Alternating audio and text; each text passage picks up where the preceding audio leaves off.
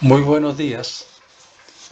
Hoy, dentro de las programaciones que tiene Agroforestal Service, vamos a presentar el video relacionado con el origen de los suelos y su conformación mineralógica. Empecemos por definir o conceptualizar el suelo. El suelo es un cuerpo natural no consolidado compuesto por materia mineral y orgánica presente en la superficie de la tierra y capaz de soportar el crecimiento vegetal. Procede de la alteración de la roca o de materiales sedimentarios no consolidados. La formación de un suelo es consecuencia de un conjunto de reacciones y redistribuciones de los materiales orgánico y mineral, dando lugar a la horizontalización de los mismos hasta constituir el perfil del suelo. Existen en forma general dos tipos de suelos o de origen de suelos: los suelos desarrollados in situ sobre la roca y los suelos desarrollados sobre sedimentos, aquellos sedimentos que son transportados por los ríos de las altas montañas, depositados en una cuenca sedimentaria, y a partir de allí empieza la acción de los factores formadores de suelo y de los procesos hasta formar un suelo. Pero vamos a empezar por el origen de los suelos a partir de la roca in situ. Estos suelos desarrollados in situ sobre la roca madre generalmente ocurren en áreas montañosas.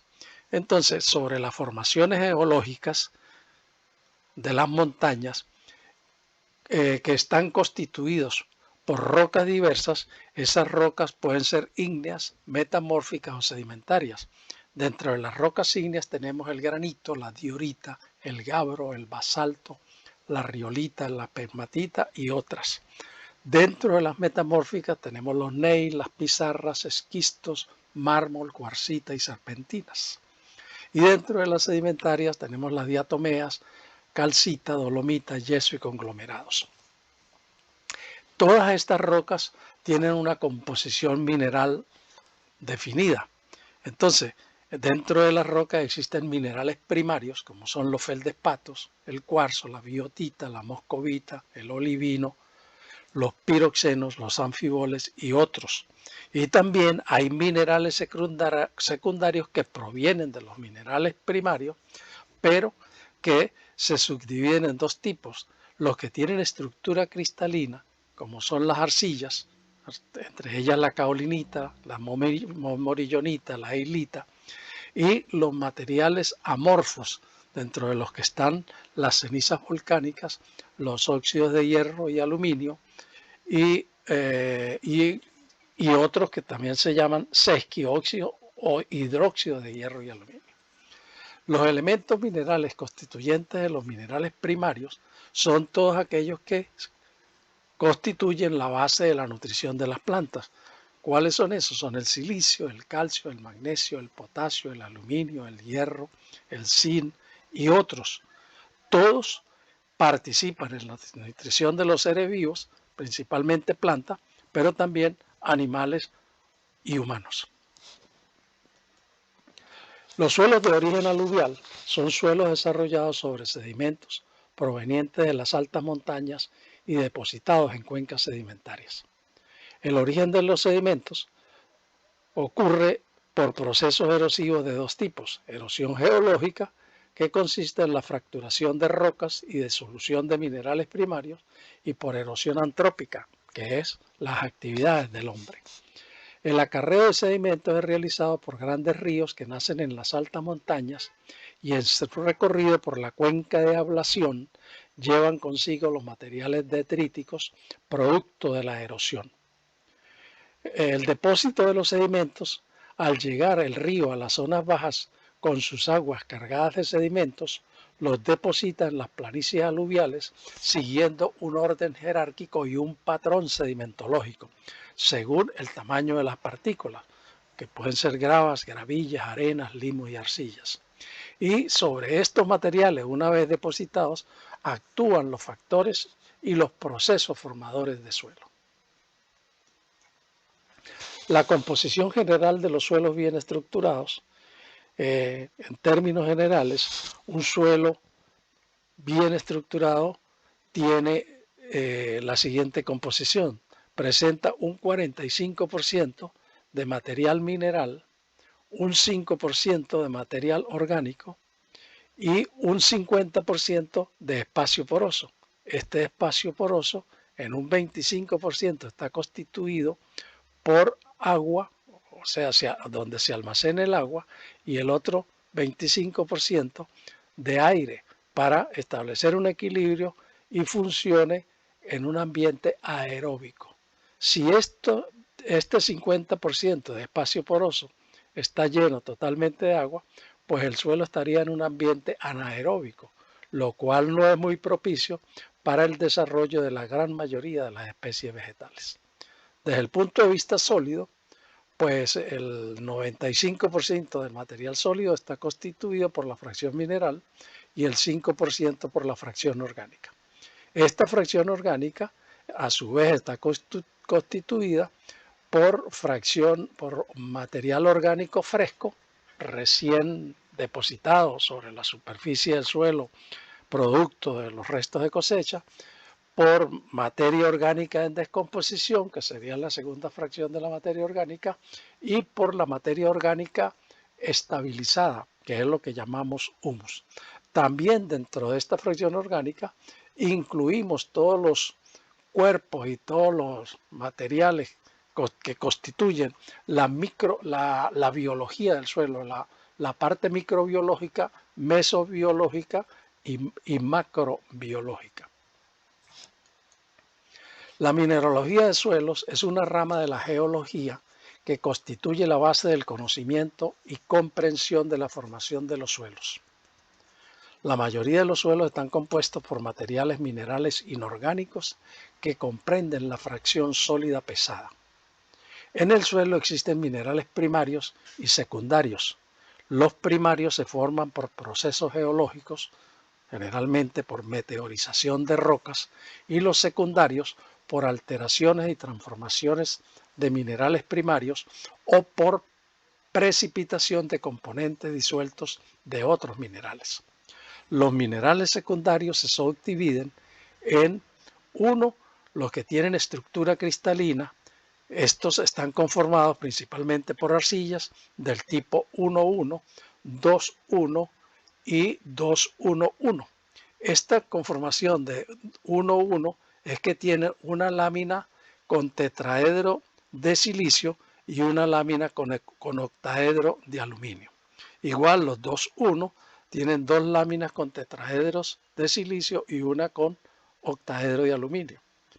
Y hay otros materiales que no tienen estructura cristalina, que son los materiales amorfos.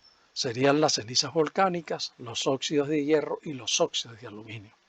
Entonces, cuando en un suelo hay minerales secundarios, estos vienen a constituir, digamos, la fertilidad actual del suelo. En cambio, los minerales primarios constituyen la fertilidad potencial, porque dentro de esos minerales primarios hay una cantidad de elementos, entre los cuales están el calcio, el magnesio, el potasio, el sodio, etcétera, etcétera, que constituyen los elementos nutricionales para las plantas. Entonces, la fracción de minerales primarios se considera que es la fertilidad potencial del suelo, mientras que los minerales secundarios constituyen la fertilidad actual. ¿Cómo se forma un suelo a partir de la roca? Es decir, in situ, es el suelo que se desarrolla en el sitio. En la gráfica vemos en la lámina 1 el manto rocoso, cómo el manto rocoso comienza a fracturarse por acción de factores climáticos, lluvia, temperatura, radiación solar, humedad relativa y otros. La fracturación de la roca origina fragmentos cada vez más pequeños sobre los cuales la influencia del clima es más intensa. En el recuadro 2 apreciamos cómo el manto rocoso fracturado es colonizado por plantas y organismos microbiológicos capaces de adaptarse a esas condiciones. y a través de raíces de las plantas colonas y sus exudados y a la acción de la biota que se ha hecho presente, se va formando materia orgánica que continúa el proceso de meteorización de la roca, facilitando su desintegración.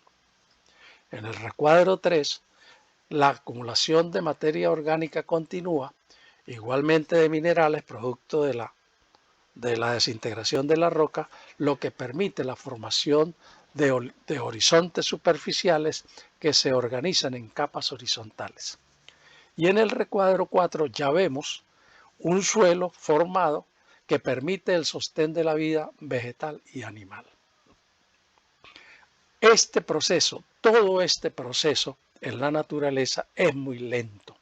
La naturaleza consume cientos de años para conformar una capa de suelo de 1 centímetro de espesor.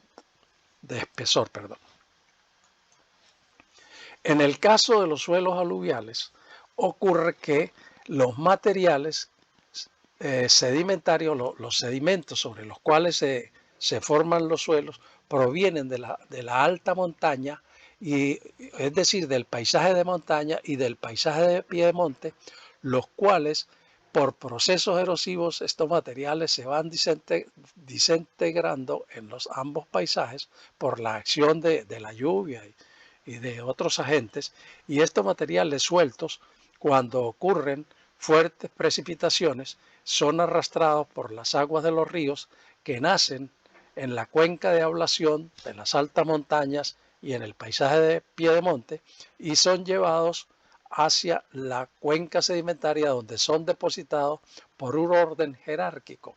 Este orden jerárquico consiste en que los materiales más pesados, es decir, los materiales como las arenas gruesas, los cantos rodados, los fragmentos mayores de 2 milímetros, son depositados primero porque el peso los obliga a precipitar. Y en la medida que los materiales son más finos, van yendo en suspensión en el agua y son colocados en las partes más bajas de la cuenca sedimentaria. Entonces, por eso encontramos que en las orillas de los ríos generalmente encontramos los suelos que son de texturas arenosas, franco-arenosas o francas, y luego en la medida que nos introducimos dentro de la llanura aluvial, encontramos que hay partes más bajas que se consiguen suelos más limosos, y por último en la zona de los esteros y de los bajíos encontramos suelos arcillosos.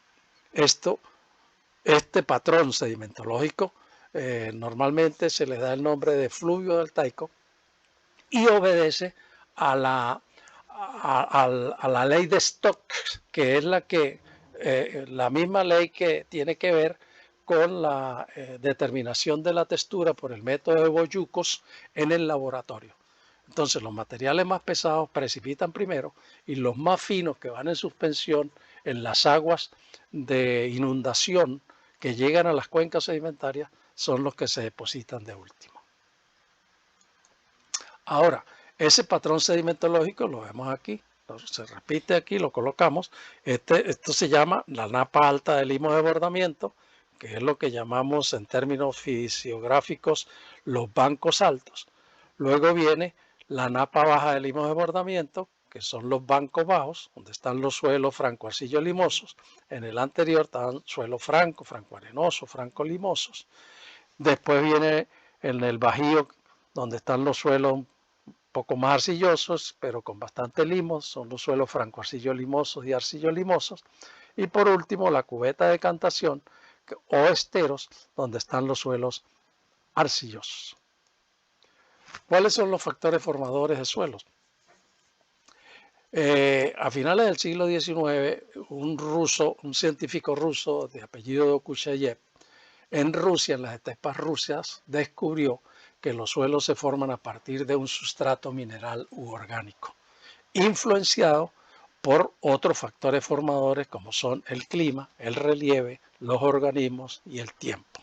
Entonces, estos son los principales factores que le dan conformación a cualquier suelo. Entonces, debe existir un material mineral, que es lo que llamamos la roca madre, y sobre esa roca madre actúa el clima, y junto con el clima, en la medida que va avanzando el tiempo, actúa la materia orgánica, por supuesto el relieve y el tiempo que duran todos esos procesos que tienen que ver con la formación del suelo. Ahora, esto ocurre a través de procesos. El primer proceso y más fundamental es la meteorización en sus diferentes formas. La meteorización de las rocas y después la meteorización de los minerales primarios para que se constituyan en la fuente de elementos nutritivos para las plantas. Y el otro proceso fundamental es la horizontalización de los materiales producto de la meteorización. Pero existen otros procesos que pueden dividirse en 4 tipos en atención a los cambios que se producen en los componentes del suelo, ya sean en sus partículas o en el espacio poroso entre ellas. Esos otros procesos son las adiciones, que generalmente ocurren desde fuera del perfil, como por ejemplo la aplicación de fertilizantes, de abonos orgánicos, de las aplicaciones de agua de riego y de cualquier otra agregación que se le haga al suelo. También otro proceso son las pérdidas que tiene el suelo, que son afuera del perfil, como es por ejemplo la erosión, la lixiviación de materiales hacia los estratos más profundos dentro del suelo, la volatilización de los gases de efecto invernadero y otras pérdidas. Las translocaciones que ocurren dentro del perfil son, por ejemplo, la eluviación de arcillas, de humus, de hierro, de carbonatos, que se van acumulando en las capas subsiguientes debajo de donde ocurre el origen de donde está este material. Y por último, las transformaciones dentro del perfil, como es la transformación de la materia orgánica lábil en humus, del amonio en nitrito, del nitrito en nitrato, del hierro férrico en hierro ferroso, y así sucesivamente ocurren varias transformaciones dentro del suelo que van a conformar entonces lo que se llaman los procesos formadores de suelo. Entonces, en resumen, los procesos fundamentales son la meteorización y la horizontalización de los materiales. Y vamos a llamarlo como procesos secundarios las adiciones, las pérdidas, las translocaciones y las transformaciones. La meteorización es la descomposición de rocas y minerales primarios sobre la superficie terrestre al entrar en contacto con la atmósfera, la hidrósfera y la biosfera. La meteorización se considera un proceso importante para el estudio del relieve y entender el origen de los suelos y su composición mineral. Existen 3 tipos de meteorización: la física, la química y la biológica. La meteorización física produce la desintegración de las rocas sin afectar su composición química o mineralógica, y en este proceso la roca se va disgregando en fracciones de menor tamaño, facilitando los procesos de erosión y transportes posteriores.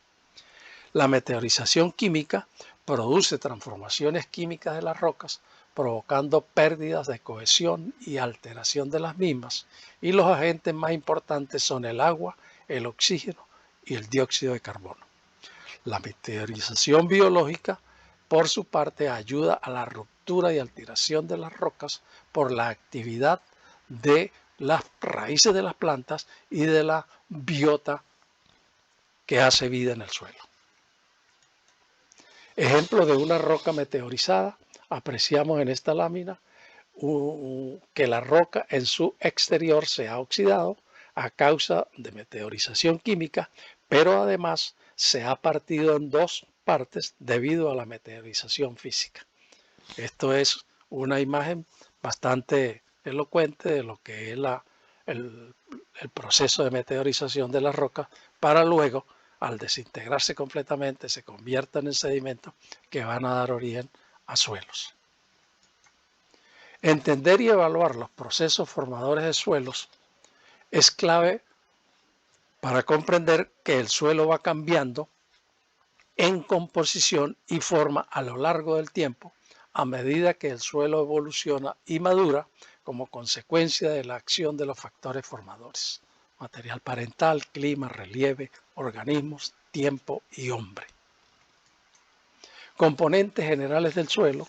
Los suelos bien estructurados están compuestos en base a volumen por 50% de fracción sólida y 50% de espacio poroso. La fracción sólida tiene 45% de fracción mineral y 5% de fracción orgánica. Y el espacio poroso tiene 25% para almacenar aire y 25% para almacenar agua.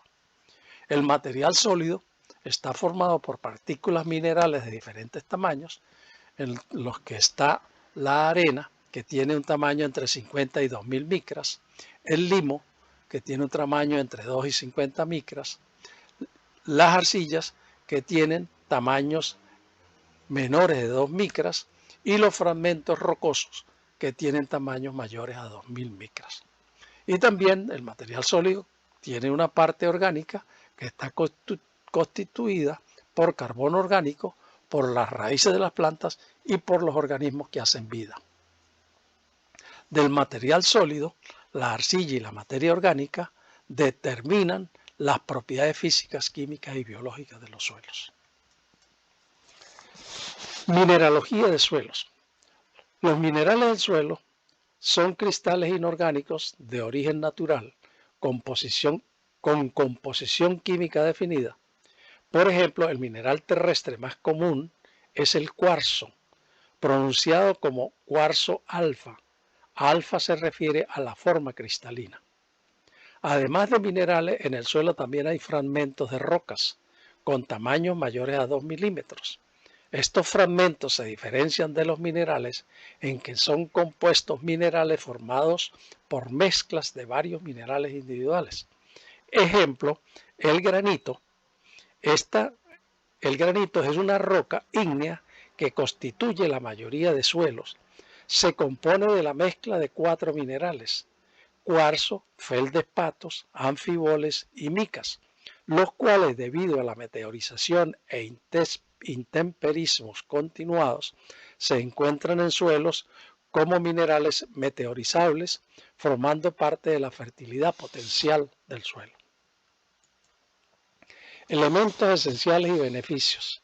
Los minerales del suelo representan solo un puñado, menos de 100, en comparación con todos los minerales conocidos.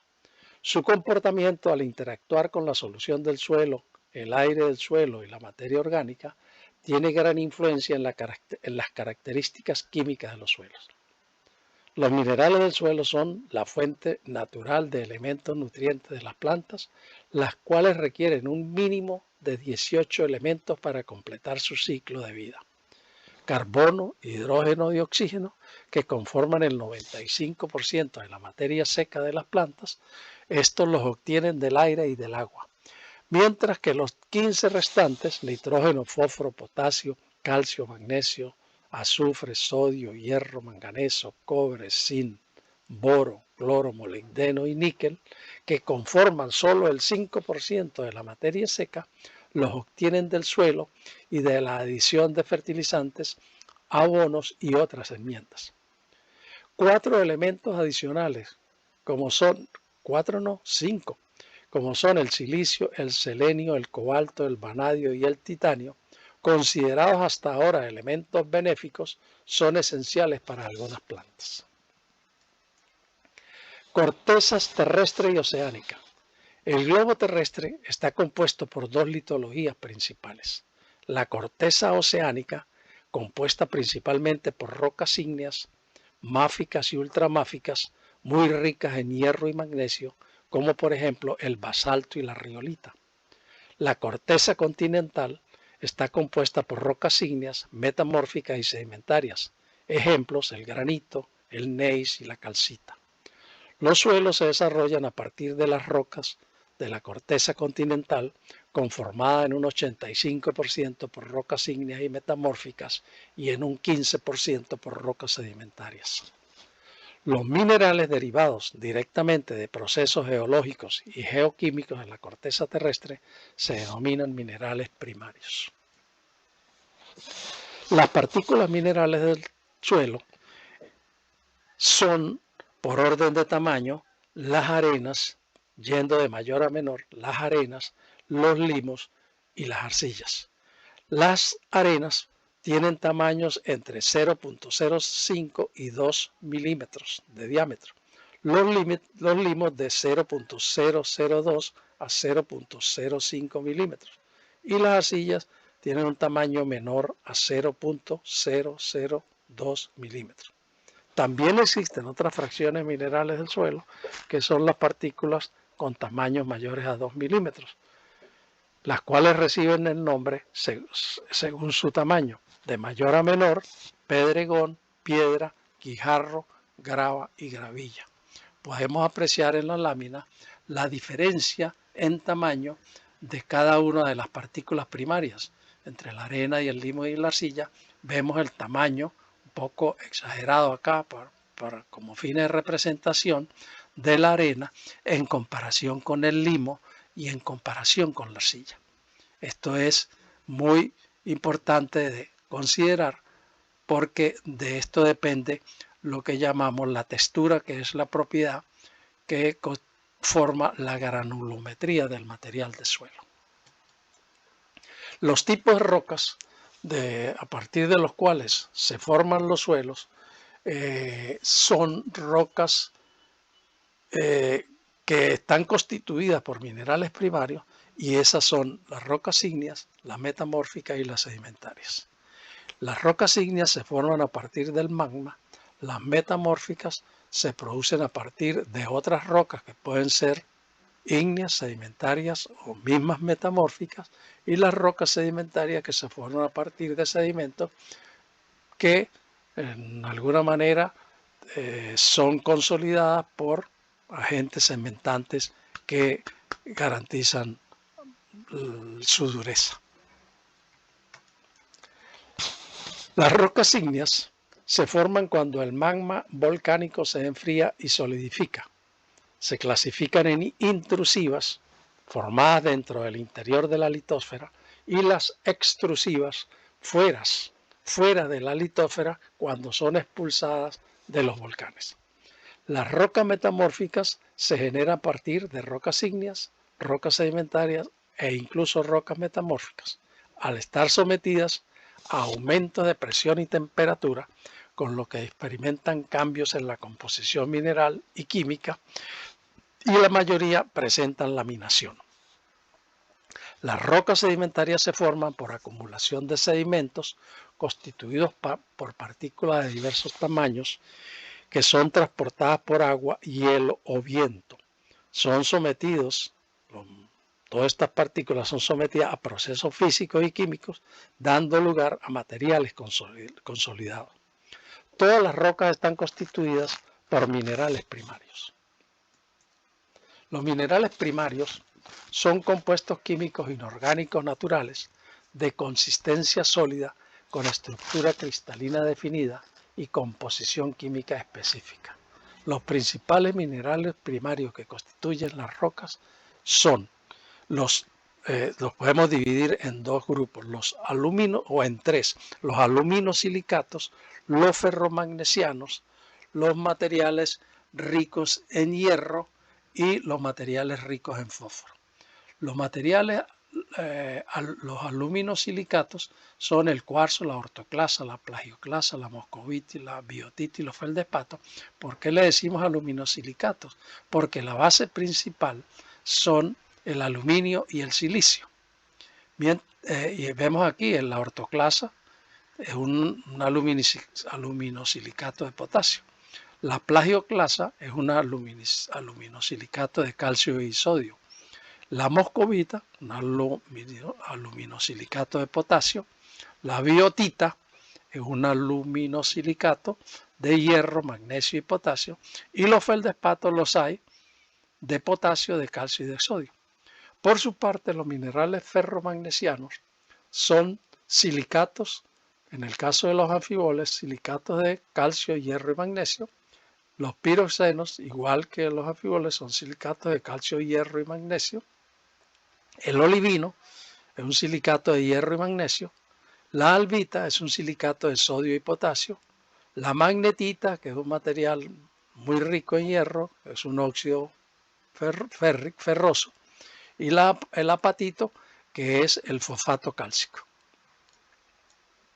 Nutrimentos en algunos minerales primarios. Vemos, por ejemplo, aquí el olivino,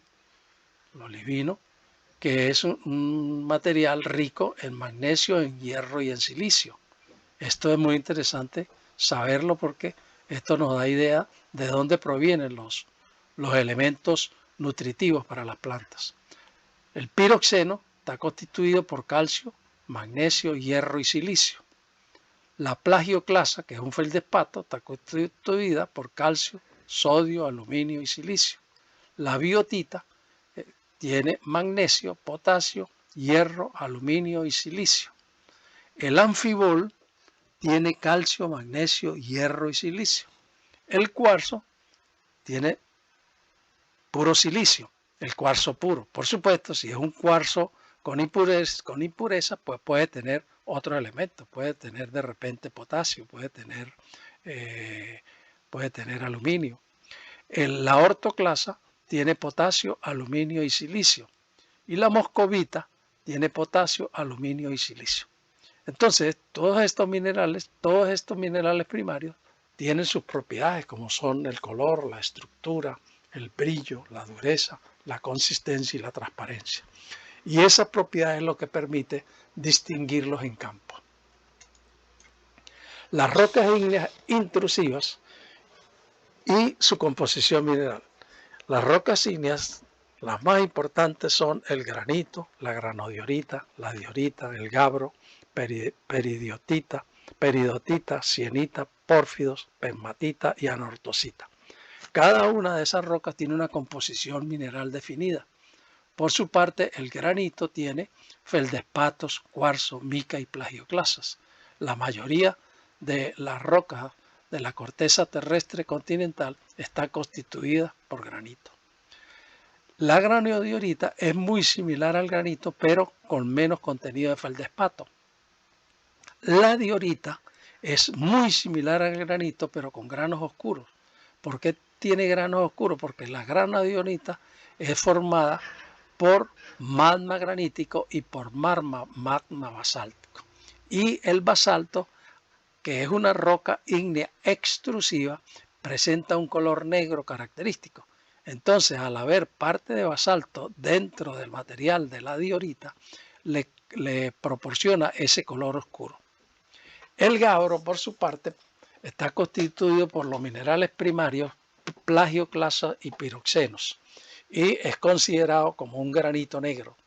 La plagioclasa y los piroxenos, esto también presenta un color negro y por eso se le llama granito negro. La peridotita es un olivino, o sea, la composición mineral es olivino, también es muy oscura. La sienita es similar a la granodiorita y al gabbro, pero con poco cuarzo. Los pórfidos están constituidos por minerales primarios que son los feldespato, cuarzo, mica y plagioclasa. Podemos apreciar que es casi muy parecido al granito. La pegmatita es feldespato, cuarzo, mica y plagioclasa, igual al granito, pero muy reconocido en campo porque los granos son gruesos, mientras que los granos la granulometría del granito, la granodiorita, la diorita, son granos finos a muy finos. Entonces imagínate estos granos mayores a 1 centímetro de diámetro, en el caso de la pegmatita. Y la anortosita, en su composición mineral primaria, tiene feldespatos y plagioclasas y muy poco contenido de calcio. Algunas rocas ígneas intrusivas, aquí tenemos sus imágenes. El granito, que vemos el color blanco con puntos negros, volvemos a repetir, feldespatos, cuarzo, mica y plagioclasas. La diorita, por su parte, es la misma composición del granito, pero vemos que es más oscura y decimos que esta característica de más oscura es debido a que tiene en su composición parte de la roca de basalto. El gabbro está constituida por plagioclasa y piroxeno. Las pegmatitas tiene feldespato, cuarzo, mica, plagioclasas y se caracteriza por su grano grueso con diámetro mayor a 1 centímetro. La anortosita son feldespatos y plagioclasas y la peridotita prácticamente es puro olivino. Bien interesante conocer esta composición mineral porque así podemos determinar la fertilidad potencial de un suelo. Entre las rocas ígneas extrusivas y su composición mineral tenemos la riolita, que tiene feldespato, cuarzo, mica y plagioclasa. Generalmente son de color gris y rojo. Me pasé. La andesita, que está constituida por biotita, plagioclasas, piroxenos y horblenda, muy comunes, más comunes con piroxeno. La dacita está constituida por andesita y riolita. El basalto, constituido por plagioclasas cálcicas, piroxenos, horblenda, biotita y feldespatos. La obsidiana está constituida por feldespato, cuarzo, mica y plagioclasas. La comatita está constituida por olivinos, piroxenos y vidrio alterado. El pómez, que la mayoría consideran que es puro silicio, sin embargo tiene silicio, aluminio, hierro, calcio, sodio, potasio y agua. En muchas piedras pómez hay cristales de feldespatos, augita, horblenda y zircón. La escoria es similar al basalto y a la riolita. Y la traquita tiene feldespatos, biotita, horblenda, piroxenos y plagioclasas. Algunas rocas ígneas extrusivas y minerales primarios. Entonces acá tenemos las imágenes, la riolita, la andesita, fíjate la composición mineral, biotita, plagioclasa, piroxenos y horblenda. El basalto, de basalto muy característico, presenta bastante porosidad. Plagioclasa, calcita, piroxenos, horblenda, biotita y feldespato, una roca muy rica. Los suelos que se desarrollan sobre basaltos son suelos muy ricos, una composición mineral que garantiza alta nutrición a las plantas. Las piedras pómez, de la característica de las piedras pómez, la obsidiana, que presenta feldespato, cuarzo y plagioclasa, esta obsidiana, es utilizada mucho como piedra preciosa y le hacen trabajos maravillosos para venderla como piedra ornamental. Y la traquita, que son feldespatos, biotita, horblenda, piroxenos y plagioclasas. Las rocas metamórficas y los minerales primarios. Rocas metamórficas son producto de las rocas ígneas o de las rocas sedimentarias o de las mismas rocas metamórficas que sufren un proceso de metamorfismo, y entre ellas tenemos la pizarra, la filita, el esquisto, gneiss, anfibolitas, mármol, cuarcita, corneana y serpentina. La pizarra está constituida por cuarzo, moscovita, clorita, hilita y cerecita. Otros minerales como plagioclasa, ilmenita, rutilo, zircón, carbonato, sulfuro de hierro y carbón. Fíjate la riqueza mineral que tiene la pizarra. Son de grano fino a muy fino, forma finas láminas o capas. La filita, por su parte, tiene moscovita, cuarzo y feldespato. Los esquistos, mica, grafito y clorito. El gneiss, que es una de las más importantes rocas metamórficas, tiene cuarzo, feldespatos potásicos y sódicos y cantidades pequeñas de moscovita, biotita y horblenda. Se puede considerar como la roca metamórfica más común. La anfibolita tiene horblenda, plagioclasa y cantidades variables de antofilita, granate, mica y cuarzo. El mármol es una roca muy utilizada en la industria de la construcción y en las cuestiones de arte como es la escultura. Es un carbonato de calcio, pero puede tener otros minerales como mica, cuarzo, hematita y feldespato. La cuarcita está constituida en 90% de cuarzo y algunas incluso 99%. La corneana es un silicato de calcio, magnesio, hierro, manganeso y aluminio. Es de grano grueso. Y la serpentina es un silicato de magnesio y también tiene lizardita y crisotilo. La serpentina es la fuente de los talcos. Es un material muy rico en magnesio y generalmente cuando hay suelos desarrollados sobre serpentinas son suelos donde el magnesio está en un contenido superior al calcio, lo cual es una anormalidad desde el punto de vista químico y puede originar problemas de compactación de suelos por compactación química de suelo por esa presencia de estar el magnesio en una cantidad superior al calcio, lo cual origina dispersión de las partículas de arcilla, que es el mismo efecto que realiza el sodio. Algunas rocas metamórficas, tenemos acá la pizarra, la filita, el esquisto, el gneiss, el mármol y el cuarzo, o la cuarcita, perdón, esta es la cuarcita. La pizarra está constituida entonces por cuarzo, moscovita, clorita, hillita y sericita. Fíjate, una riqueza mineralógica. La filita, moscovita, cuarzo y feldespato, también una riqueza mineralógica. Los esquistos, mica, grafito, clorita. El gneiss es una de las más ricas, tiene cuarzo, feldespato potásico y sodio, cantidades pequeñas de moscovita, biotita y horblenda. El mármol es un carbonato de calcio principalmente con algunos minerales en pequeña cantidad como mica, cuarzo, hematita y feldespatos. Rocas sedimentarias y minerales primarios. Entre las rocas sedimentarias tenemos las detríticas, que está conformada por material sueltos o sedimentos de rocas. Tenemos las rocas sedimentarias químicas, donde está la caliza, la dolomita, el yeso y la sal de roca, y las rocas sedimentarias organógenas, conformadas por restos de organismos, donde están las diatomeas, la creta, la coquina y el pedernal. Dentro de las rocas sedimentarias detríticas tenemos el conglomerado, conformado por grava redondeada, generalmente con tamaños mayores a 2 milímetros.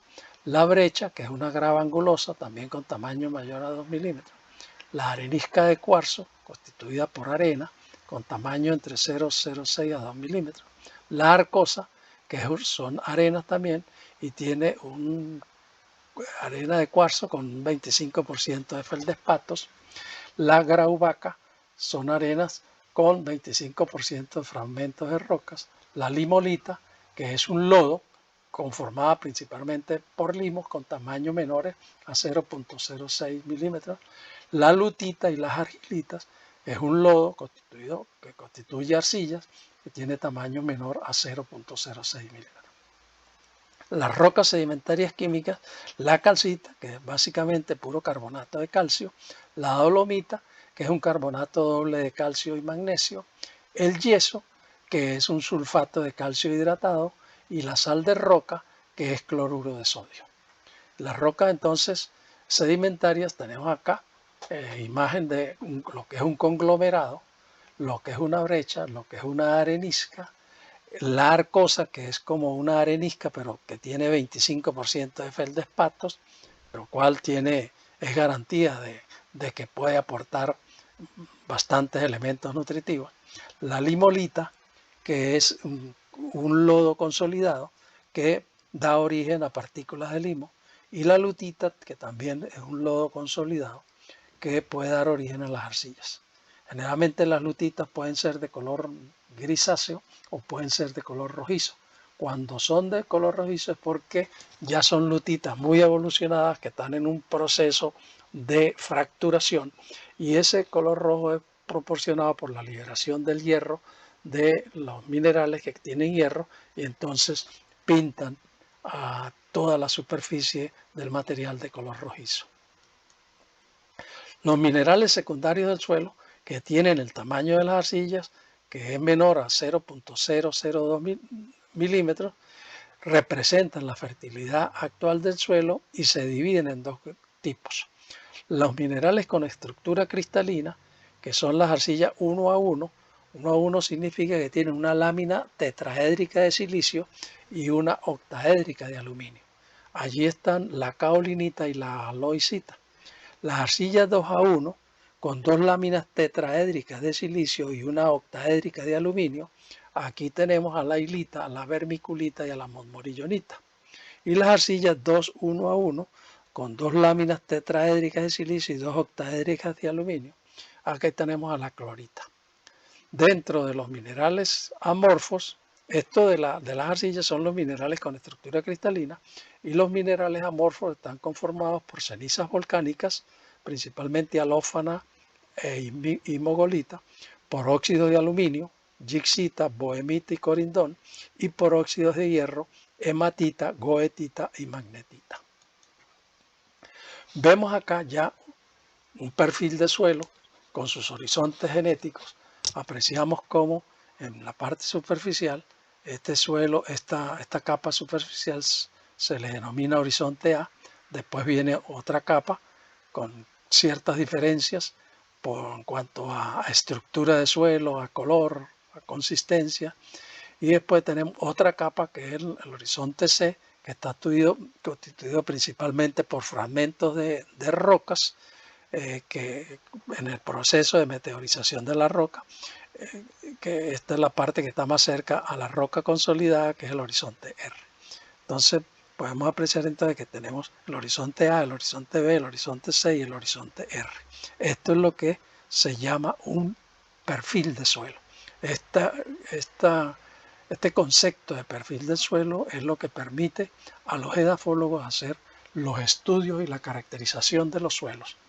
Acá tenemos a un edafólogo haciendo entonces las evaluaciones pertinentes para reconocer las propiedades que tiene el suelo en cuanto a la presencia de los diferentes horizontes o estratos, a la determinación del espesor de cada una de las capas, a la determinación de los colores a través del uso de una tabla especial que se llama tabla de colores Munsell, a la determinación de propiedades organolépticas como es la textura del suelo que se determina con la mano, y en fin una cantidad de propiedades que se evalúan acá.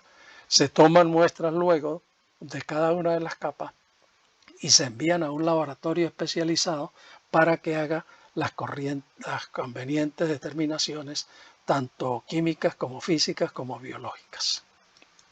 Vemos acá suelos formados in situ. Entonces son suelos, apreciamos acá el horizonte A, bastante espeso, bien oscuro, lo que indica que tiene gran cantidad de materia orgánica.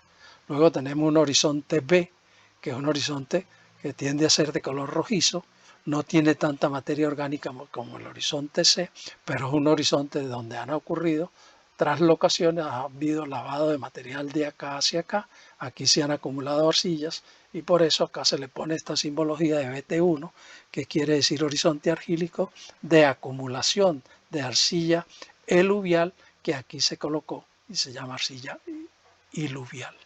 Y luego tiene un horizonte C menos desarrollado, con menos estructura de suelo, pero que ahí va en el proceso de evolución. Acá en el centro tenemos un horizonte menos desarrollado, mucho menos desarrollado, ¿no? Un horizonte A sobre una roca. Esta roca es un carbonato de calcio, que es una roca que le da origen a estos suelos. Entonces este suelo generalmente tiene reacción alcalina porque el carbonato de calcio es alcalino. Y acá tenemos un horizonte que es intermedio entre estos dos, un horizonte más o menos desarrollado. Tiene un horizonte A no tan espeso como el del horizonte de la izquierda, el suelo de la izquierda, pero ahí está en proceso de formación, o es posible que aquí haya existido ese horizonte, pero que por alguna razón posible por erosión se haya perdido. Tenemos un horizonte B desarrollado, no tanto como el horizonte BT1 de esta lámina, pero si ya está en proceso de formación, se le coloca el subíndice W, que significa cámbico. Este es un horizonte cámbico donde están ocurriendo cambios de color, cambios de estructura, y eso permite al edafólogo caracterizarlo y colocarlo dentro de una clase taxonómica definida. Y está un horizonte C, menos evolucionado, por supuesto, que es donde están ocurriendo una cantidad todavía de procesos de meteorización. Otros suelos desarrollados in situ directamente sobre la roca madre, podemos apreciar aquí este horizonte A, poco espeso, de apenas quizás unos 15 o 20 centímetros, directamente sobre la roca madre.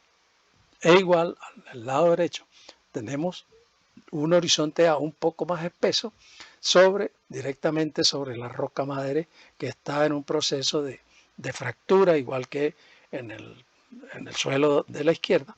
Y esto es lo que constituye el, el proceso de formación de los suelos.